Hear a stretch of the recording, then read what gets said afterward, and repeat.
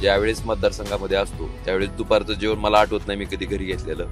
कायम माझं दुपारचं जेवण हे गाडीतच होतं.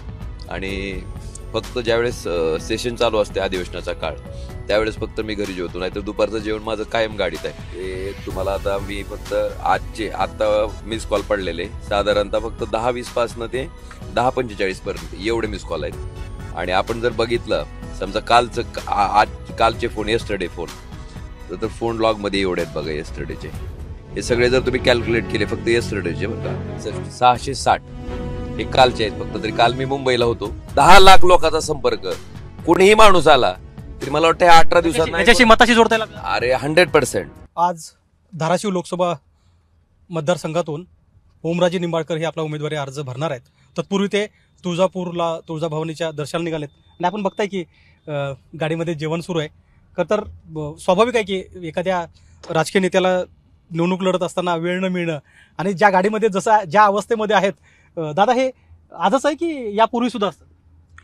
सगळ्यात महत्वाचं, लोकसभा मतदारसंघातल्या माणसाला जर संपर्क ठेवायचा म्हणलं तर 6 आमदाराचा मतदारसंघ हा एकट्या खासदाराचा असतो. त्याच्यामुळं आपल्या माहितीसाठी माझं रोजचं जेवण असंच आहे. मी ज्यावेळेस मतदारसंघामध्ये असतो त्यावेळेस दुपारचं जेवण मला आठवत नाही मी कधी घरी घेतलेलं.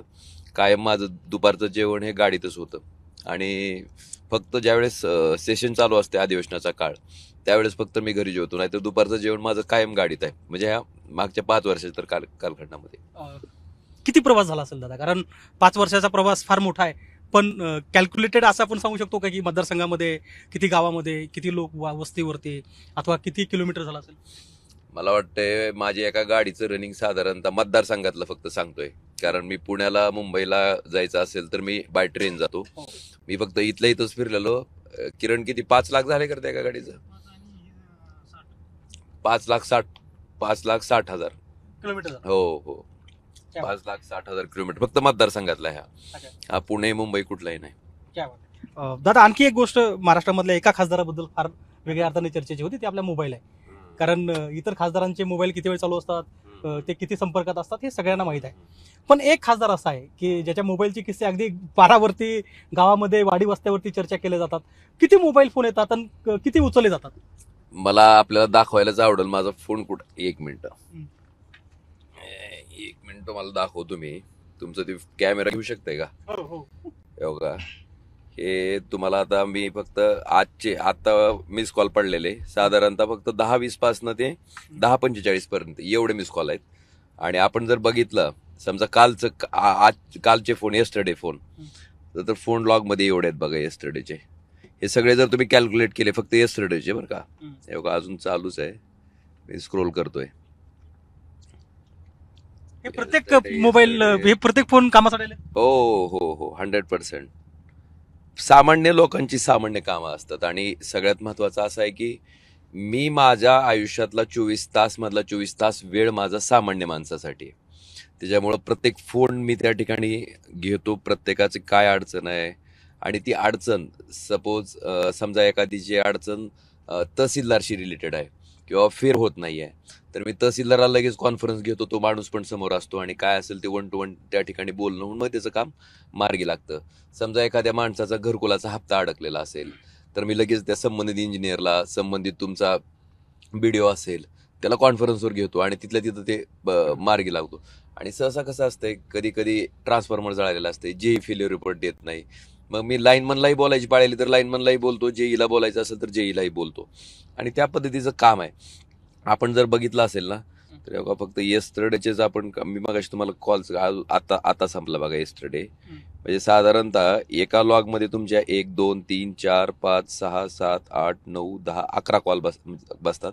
11 2 22, 3, 4, 5, 6, 7, 8, 9, 10, 11, 12, 13, 14, 15, 16, 17, 18, 19, 20, 21, 22, 23, 24, 25, 26, 27, 28, 29, 30, 31, 32, 33, 34, 35, 36, 37, 38, 39, 40, 41, 42, 43, 44, 45, 46, 47, 48, 49, 50, 51, 52, 53, 54, 55, 56, 57, 58, 59, 59 म्हणजे 60 गुणुले 11, 11 सकी 660. हे कालचे आहेत फक्त. तरी काल मी मुंबईला होतो, कारण एव्ही फॉर्म घ्यायला उद्धवजींकडे गेलो होतो. म्हणजे साधारणतः ऍव्हरेज इथं. आणि कालचा मला वाटतंय हे होता, म्हणजे वर्किंग डे जर असेल तुमचा, तर मग तर 1000च्या पुढे तर 100% माझे कॉल असतात. 1000 भेटलेत आता या दरम्यान. सांगणार आहे की कॉम्पिटिशन होऊ शकतं कधी? नाही होऊ शकत. मी काय एवढं कॉन्फिडंट आहे की माझा रोजचा संपर्क, समजा आपण आता 600 कॉल जरी धरले, तर मी म्हणतोय की 500 धरा दिवसाचे 500 जरी धरले तर 10 दिवसाचे किती झाले? 5000. असं एका फोनवर आहे. असे 3 फोन आहेत. 5000, 5 त्रिक 15,000 रुपये, 15,000 कॉल्स. एका 10 दिवसात जर 15,000 लोकांशी माझा संपर्क होतोय, त्यातले डबल वगैरे आपण सोडू, वरचे 5,000 सोडून टाकू, 10,000 तुमचे जर कॉल झाले 10 दिवसातले, तर महिन्याचे किती झाले? 30,000. एक महिन्याचे 30,000 झाले तर 12 महिन्याचे, वर्षाचे 3,60,000. जर एका वर्षाचे 3,60,000 होत असतील, तर 4 वर्षाचे 5 वर्ष सोडून देऊ आपण. 4 वर्षाचे धरू, 5 वर्षाचे धरा. 5 त्रिक 15 आणि 6 पंचे 30, म्हणजे 15 आणि 3 18 लाख. मी काय म्हणतोय, 18 लाखामधले वरचे 10 लाख जरी सोडून दिले, 8 लाख जरी सोडून दिले, तर 10 लाख लोकांचा संपर्क कोणीही माणूस आला तरी मला वाटतं 18 दिवसात मताशी जोडता येईल. अरे 100%. माझे प्रचारक, माझी ती सामान्य माणसंच आहेत, जे म्हणतात, मला चिडवतात ना आता, की जॅकची टामी देणं किंवा जॅक देणं हे काय खासदाराचं काम आहे का? एखादी अपंग महिलेला सीट मिळाना गेली तर तिला सीट मिळवून देणं काय खासदाराचं काम आहे का? साहेब, मत घेताना नाही का तुम्हाला मत लागत? ती जॅकवाला असला किंवा ड्रायव्हर असला तर त्याचं मत घेताना खासदाराला नाही का लागत मत? तिथं लागतंय मत का? तर त्याचं मत पाहिजे. मग त्याची अडचण पडल्यावर पण माझंच काम आहे. आणि मी स्वतःला त्या सिच्युएशन मध्ये टाकून बघतो की त्रास होत नाही दादा कधी? कारण आम्ही किस्से ऐकतो. नाही 100%. कारण एसटी मधून फोन येतात, टपरीवरून फोन येतात, अनेक लोक रात्री 12 वाजता फोन करून विचारतात झालं का जेवण. याचा त्रास होत नाही का? तुम्हाला सांगतो, हे तितकं सोपं नाहीये. हे जेवढे आता निवडणुकीला उभारलेत ना, त्यांना माझं चॅलेंज आहे की फक्त एकच फोन माझा एक दिवस त्यांनी उचलून दाखवायचा आणि तेवढ्याच माणसाला फेस करायचं, फक्त एकच दिवसाचा. संध्याकाळी ह्यानी फोन जर खलबत्त्यात कुठून जर नाही टाकला आणि दुसऱ्या दिवशी सायकेट्रिस्टची ट्रीटमेंट घ्यायची जर नाही वेळ आली, तर मला सांगा. इतकं सोपं नाही. त्याच्यासाठी आपण 100% वेळ देतो, आणि ती 100% वेळ देतो म्हणून मला वाटतं आज आपल्याला हे यश त्या ठिकाणी दिसते. पुढे चल रे, इथं नको आता. 1 मिनिट, मग रोहित दादा आले, मी भेटून येऊ का त्यांना? 1-2 मिनिटं आपण कंटिन्यू करू असं. दादा हे सोपं आहे. मी तेच सांगतोय की कुठल्याही एखाद्या ज्या आता निवडणुकीला उभारल्या त्या एकाही माणसानं माझा एकच फोन फक्त दिवसभर घेऊन दाखवावा आणि फेस करावं. मी खात्रीने सांगतो की संध्याकाळी कलबत्त्यात घालून कुठून टाकेल तो फोन. इतकं सोपं नाहीये ते. कसं असतंय, समजा एखादा माणूस आपल्याला सामान्य कामासाठी फोन करतोय, जसं उदाहरण दिलं की बाबा एखाद्याची गाडी पंक्चर झाली. विषय कसा असतंय की आपण त्या सिच्युएशन मध्ये जाऊन विचार करायला पाहिजे की बाबा आपणच आहेत समजा स्वतः त्या गाडीत, आणि आपली गाडी पंक्चर झाली आणि दुर्दैवानं आपल्या गाडीत जॅक नाही. आपण काय करचाल? आपण कुणाला ना कुणाला तरी मदत मागू ना. मग मी माझं यश कशाला समजतो की तेवढ्या सामान्य अडचणीला सुद्धा मला कोण मदत करल? मला वाटतं माझा खासदार मदत करल. हा विश्वास मी सामान्य माणसामध्ये निर्माण केलाय आणि तो फार महत्वाचा आहे. तो विश्वास आता तुम्हाला दिसतोय? निश्चित तोच विश्वास आहे. या लोकांनी किती का नावं ठेवणं, पण ज्याला मदत झाली, भले ती जॅकची का असना, तो कधीही विसरणार नाही. अशाच पद्धतीनं युवराज मंदाळे नावाचा एक ग्रस्त होता, त्याच्या मुलाला डेंग्यू झाला होता आणि तो तुमच्या उमरग्याच्या रुग्णालयात सिव्हिल हॉस्पिटल ह्याला तुम्हाला ग्रामीण रुग्णालयामध्ये ऍडमिट होता. त्याचं ब्लिडिंग चालू झालं होतं. त्याचा फोन आला, त्याला मी ताबडतोब सोलापूरला शिफ्ट केलं. मी स्वतः फोन करून तुमचं ॲम्ब्युलन्स दिली आणि तिथल्या डॉक्टरला सांगितलं की काय करा, ते गरीबाचं पोरग आहे, त्याचा प्राण वाचवा म्हणलं काही करून. तिथं सोलापूर सिव्हिलला प्रॉपर ट्रीटमेंट झाली आणि वाचलं. कुणाचा जीवही वाचतोय. मला वाटतंय आपलं कर्तव्य आहे ना साहेब, शेवटी ते पुण्याचं काम आहे आणि ते केलं पाहिजे आणि ते समर्पण भावनेतनं केलं पाहिजे. मी कधीच विचार करत नाही की कुणाचा तरी दुसऱ्याचा पेशंट आहे. आपल्याच घरचा जर आपला स्वतःचा मुलगा असतं तर आपण काय केलं असतं. मला वाटतं त्या सिच्युएशनमध्ये जाऊन मी काम करतो, म्हणून मला कधी वाटत नाही की हे काम हलकं आहे किंवा हे काम भारी आहे. कुठलंही काम असलं तर ते माझं आहे आणि आपण त्याच्या अडचणीला पडलं पाहिजे. आणि मला वाटतं त्याचंच फलित आहे की आपण जर सामान्य लोकांच्या अडचणीला पडलो तर सामान्य लोक कधीही विसरत नाहीत. आता हे तुलना करणं बरोबर आहे का नाही मला माहित नाही, पण आपल्या विरोधामध्ये एक असं कुटुंब आहे ज्या कुटुंबाचा संपर्क मागचे 40 वर्ष या परिसरामध्ये राहिलेला आहे. त्यांच्या संपर्काचे किस्से कधी आपण ऐकले?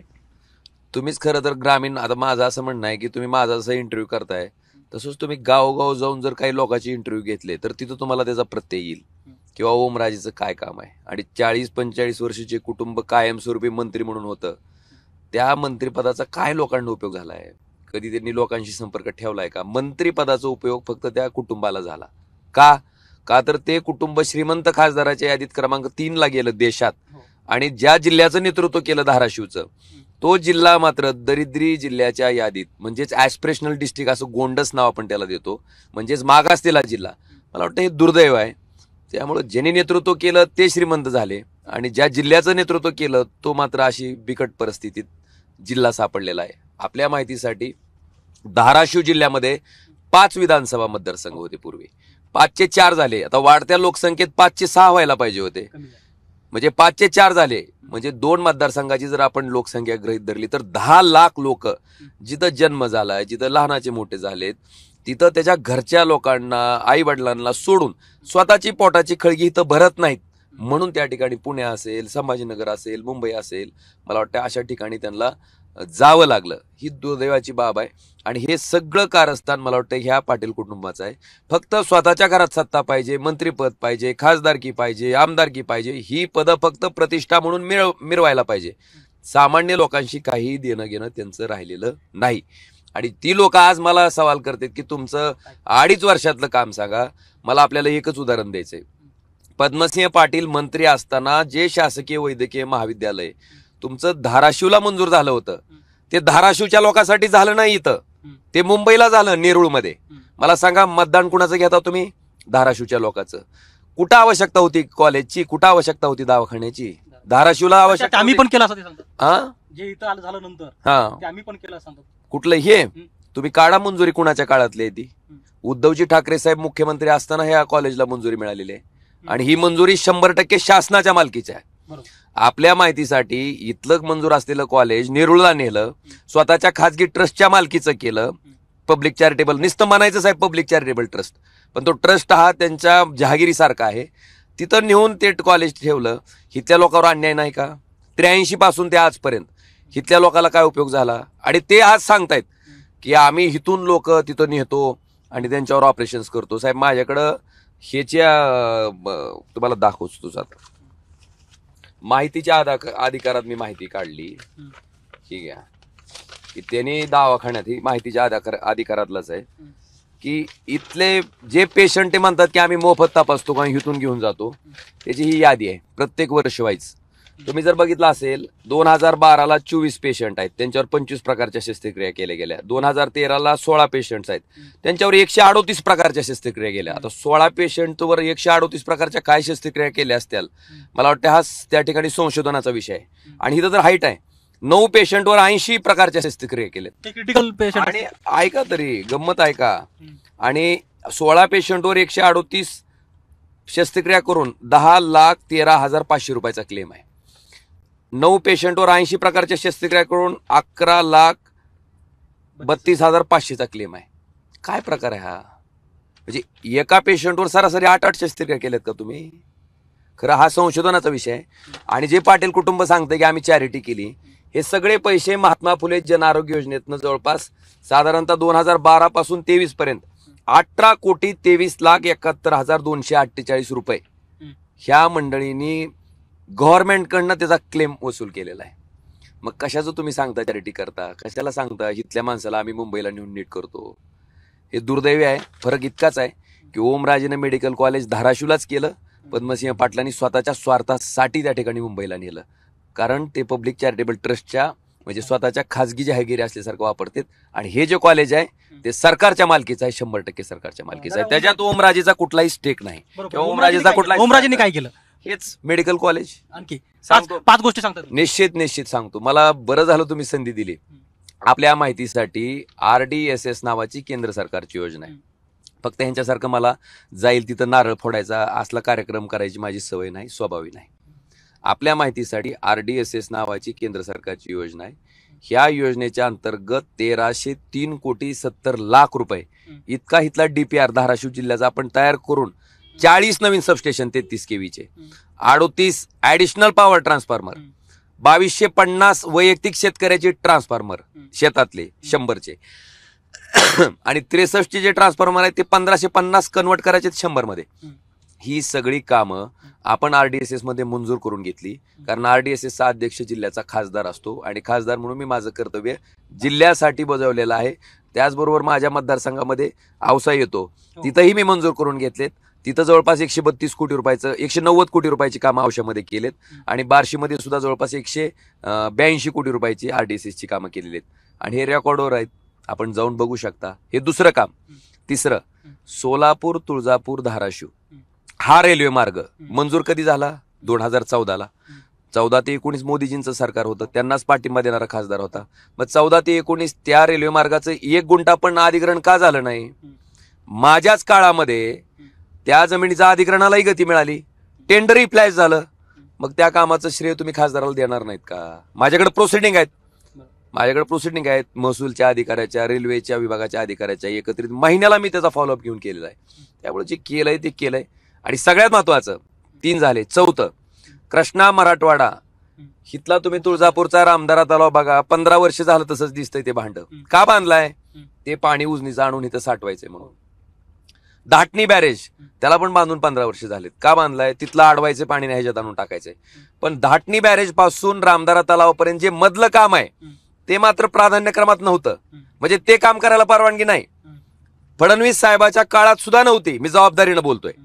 ही परवानगी, हा प्राधान्यक्रम उद्धवजी ठाकरे साहेब मुख्यमंत्री असताना, जयंत पाटील साहेब जलसंपदा मंत्री असताना त्यांच्या सहीनं हे कामं प्राधान्यक्रमात घेतली गेली.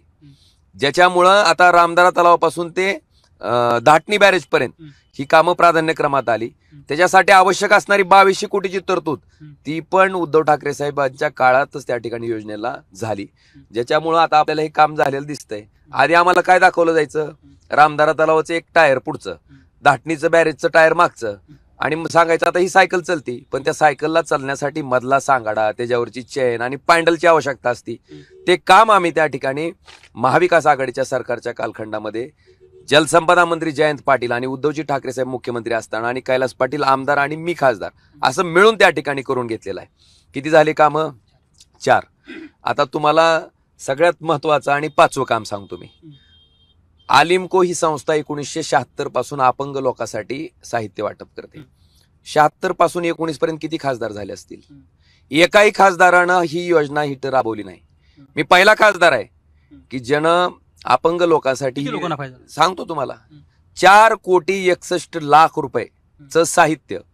तुमचं कानानं ऐकायची मशीन असेल, 3 चाकी तुमची इलेक्ट्रिक सायकल असेल, 3 चाकी तुमची साधी सायकल असेल, तुमचं स्मार्टफोन असेल तुमच्या अंध व्यक्तीसाठी, त्याची स्मार्ट स्टिक असेल, तुमची कमोड चेअर असेल, व्हील चेअर असेल, कृत्रिम पाय आहे, कृत्रिम हात आहे, ही सगळी साधनं 4,61,00,000 रुपयाची मी वाटप केली सगळ्या लाभार्थ्यांना. मला वाटतं हे झालं 5वं काम.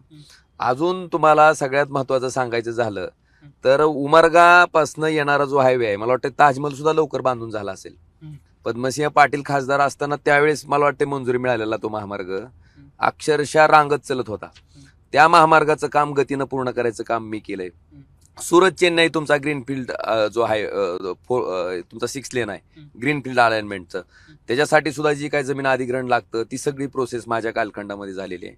आणि आपल्या माहितीसाठी नळदुर्गपासनं तुळजापर्यंत येणारा रस्ता आहे, त्याच्यासाठी पण तरतूद आपण केलेली आहे. आणि सगळ्यात महत्वाचं, तुम्ही कुठल्या रस्त्यानं आलात? टेंभुर्णीहून आलात का? बरं झालं. तुम्ही टेंभुर्णीहून जर कधी आला असतात तर टेंभुर्णी ते बार्शी हा रस्ता कसा होता हे लोकांना विचारायचं तुम्ही, मी खासदार होण्याच्या पूर्वी. आणि आता कसा आहे?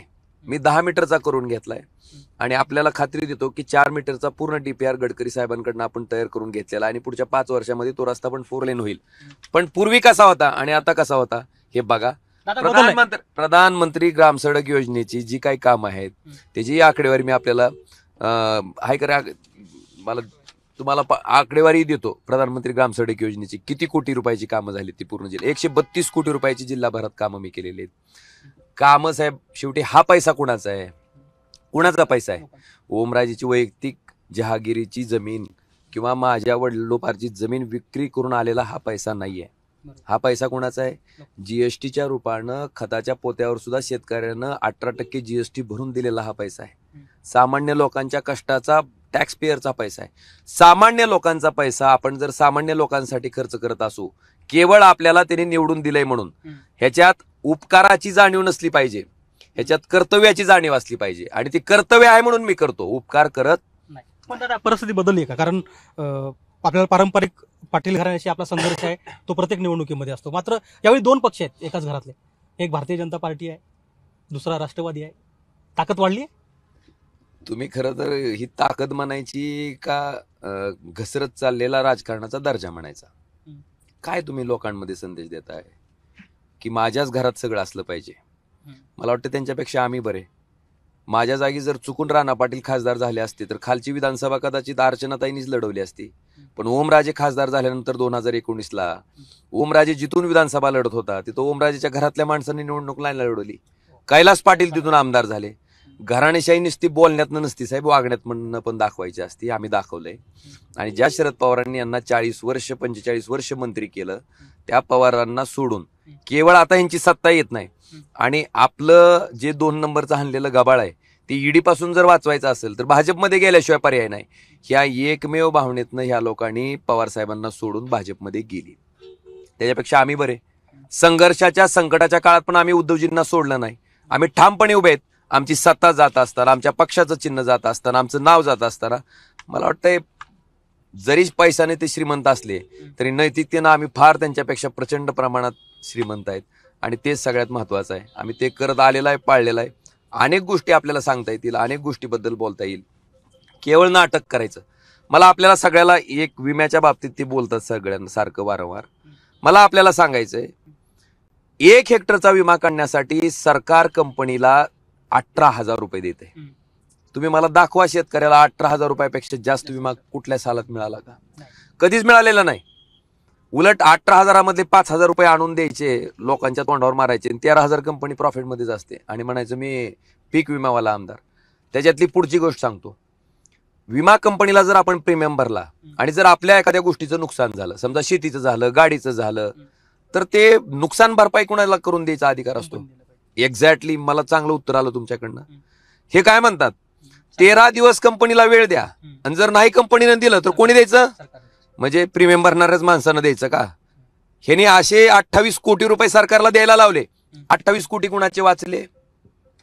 कंपनीचे. आणि अशी याचिका आहे, रेकॉर्डवर आहे. ही मागणी केलेली याचिका रेकॉर्डवर आहे त्यांची, आमची आहे. आम्ही याचिका केली. आम्ही काय मागणी केली? कंपनीनं प्रीमियम घेतलाय तर पैसे कंपनीनंच द्यायचे. सरकारचा काय संबंध आहे?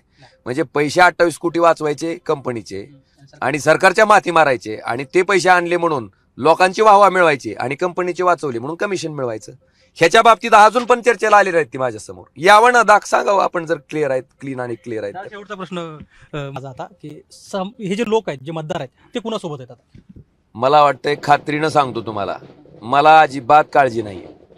माझ्याकडे त्यांच्यासारख्या संस्थाही नाहीत, त्यांच्यासारखे कारखानेही नाहीत. माझा 24 तास वेळ सामान्य लोकांसाठी आहे. आणि मी जर सामान्य लोकांसाठी वेळ दिला असेल तर मला खात्री आहे की तो सामान्य माणूस, जरी आमदार, खासदार, मंत्री केलेली माणसं गद्दारी करत असतील तरी सामान्य माणूस कधी बेईमानी करत नाही. तो त्यानं ज्या माणसानं त्याचं काम केलंय त्याच्याशी प्रामाणिक राहतो आणि प्रामाणिक राहून त्याचं मतदान तो निश्चितपणे टाकतो. येणाऱ्या 7 तारखेच्या मतदानामध्ये आणि 4 तारखेच्या मतमोजणीमध्ये कितीही मोठी शक्ती आली तरी सामान्य माणसाचं केलेलं काम मला वाटतं तो कधीही विसरू शकणार नाही. आणि आपल्याला अनपेक्षित अशा पद्धतीनं आपल्याला दिसेल, मी अतिशयोक्ती सांगत नाही, पण केलेल्या कामाचं मला महत्व माहिती आहे, केलेल्या कर्माचं मला महत्व माहिती आहे. आपण जर चांगलं काम केलं असेल तर चांगली फळं मिळतात. त्यामुळे खात्रीनं सांगतो की ह्या लोकसभा मतदारसंघातनं मी मागच्या वेळी जेवढ्या लीडनं आलो होतो, मी आवाहन केले लोकांना की मला एक तरी मत जास्त पाहिजे आणि ते निश्चितपणे लोक देतील. नक्की. धन्यवाद दादा. तर आपल्या व्यस्त वेळेतून आपल्याला ओमराजेंनी वेळ दिला आणि दावा केला की जे सर्वसामान्य लोक माझ्या संपर्कात होते तेच लोक मला मतदान देतील आणि मागच्या मताधिक्यापेक्षा एक तरी मतदान यावर्षी जास्त पडेल. माझा सहकारी काकासाहेब कांबळे आणि कॅमेरामन धनंजय दारुंटेसह गोविंद शेळके, एबीपी माझा, तुळजापूर, धाराशिव. एबीपी माझा, उघडा डोळे बघा नीट.